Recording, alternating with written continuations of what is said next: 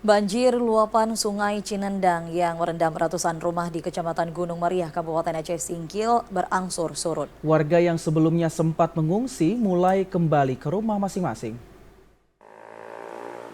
Sejumlah warga Desa Rimo dan Desa Cingkam, Kecamatan Gunung Meriah, Kabupaten Aceh Singkil yang sempat mengungsi ke rumah kerabat akibat banjir yang merendam kemarin, hari ini mulai kembali ke rumahnya masing-masing.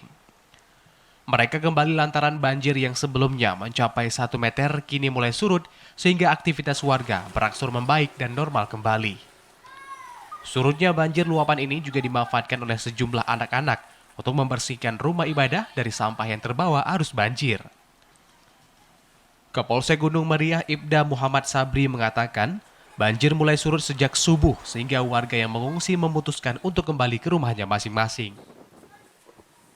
Untuk situasi terkini untuk banjir udah mulai surut, untuk kendaraan baik itu roda 4 maupun roda 2 bisa melintas. Kemudian untuk masyarakat yang kemarin yang mengungsi udah kembali lagi ke rumah masing-masing.